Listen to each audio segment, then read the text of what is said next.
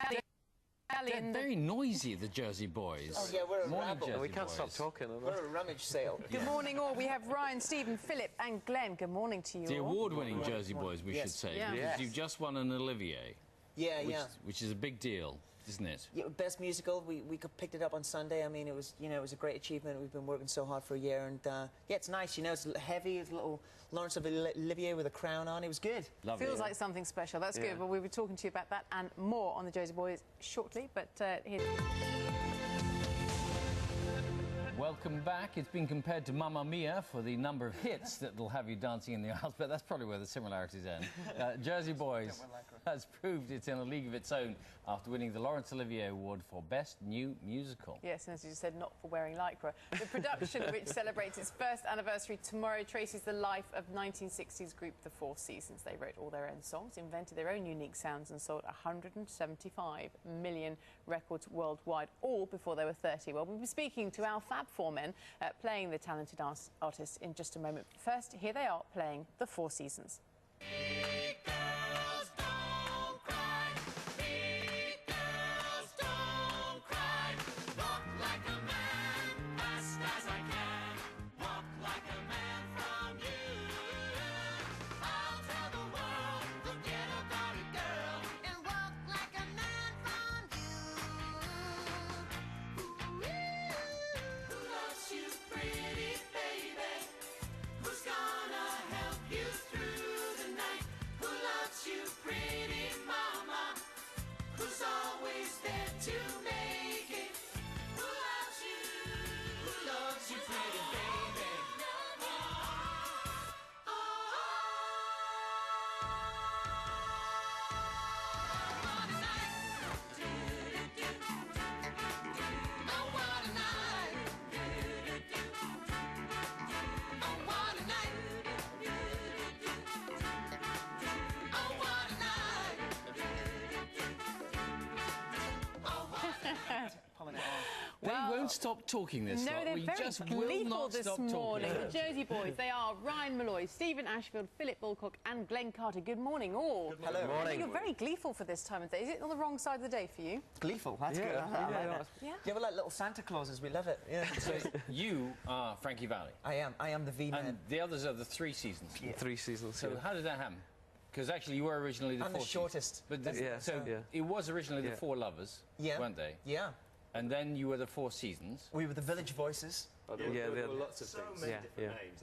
But how did Frankie Valli get to sort of be Frankie Valli and the rest of you just stayed as Seasons? Well, I sent them to him. Tommy Yeah. DeVito made Frankie Valli, I'll have you know. They're all criminals, and I was the guy, you know what I mean? I was the only one with a little bit of education. Then I hooked up with Bob, Yeah, who's a yeah. genius, and well, we just got rid of the other two and just kind of went solo, Yeah, you know. yeah. I think it took them 10 years from the original. The first two guys to probably play together were probably Tommy and Nick Massey, which is my character. And they went through various kind of different groups and configurations of different members. Then Lots of Tommy different found hairstyles. Frankie, and then Bob joined. And it took a long time, and there was spells in prison for both Nick and Tommy during that time. They were all Not heavily to- involved with the mafia and money laundering and petty prostitution, etc.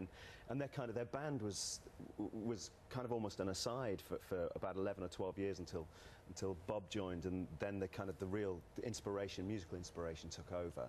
And the show that we do shows all of the nitty gritty of their life story, really. I mean, the way it's advertised is very much looks like a bright, spangly musical, which it is in places, but it's also a very gritty story, which is what interests us more than anything, I think.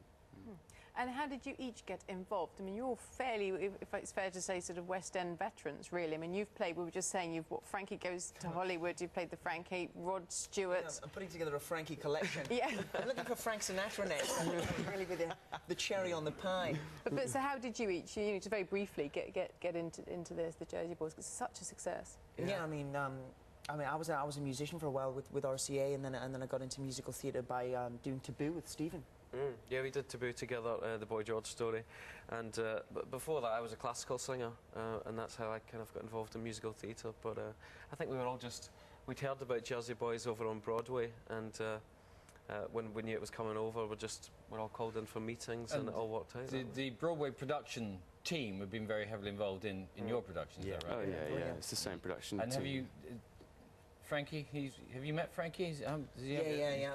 I've hung out with the Frankie and I've hung out with Bob. You've hung out with Frankie? Oh, yeah. Ooh. I hung out with the Wow. V-Man. It was good. It was good, you know. Where did you hang? You know, we hung out in New York for a little while, had a little lunch. It was good, you know, he told me some secrets, you know, he told me how to blow dry the hair correctly. Really, how do you blow dry the hair? Oh, it's got to be out. It's a secret, it's a secret. Yeah. His best It's a advice very was- Italian way of He's doing still it. touring, is that right? Yeah, he's still going, and I think it was last year. You know, he had a bit of a sickness, a bit of a heart problem, and went in, you know, and then jumped out of bed and went straight back out on tour. Managed to, you know, get divorced in the meantime, and then, you know, I think he's, you know, Can't stop doing it. Yeah, yeah, but we he's an international One thing, playboy. one thing that sort of people do look very closely at when British actors play American characters is the accents, and your accents are very specific, aren't they? Yeah, it's New Jersey, yeah.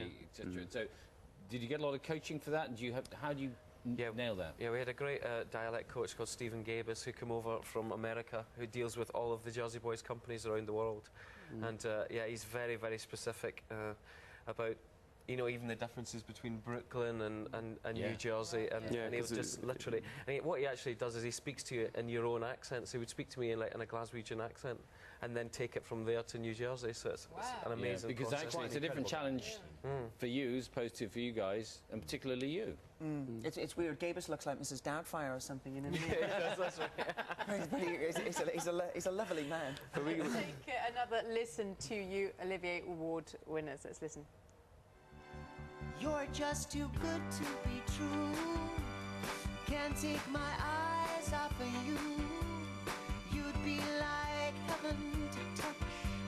I wanna hold you so much.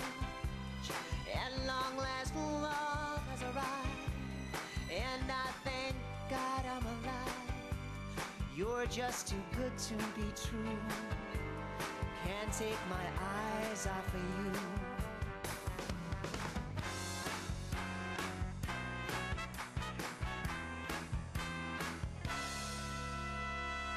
I love you, baby, and if it's quite alright, I need you, baby, to warm the lonely night. I love you, baby. Thanks, man.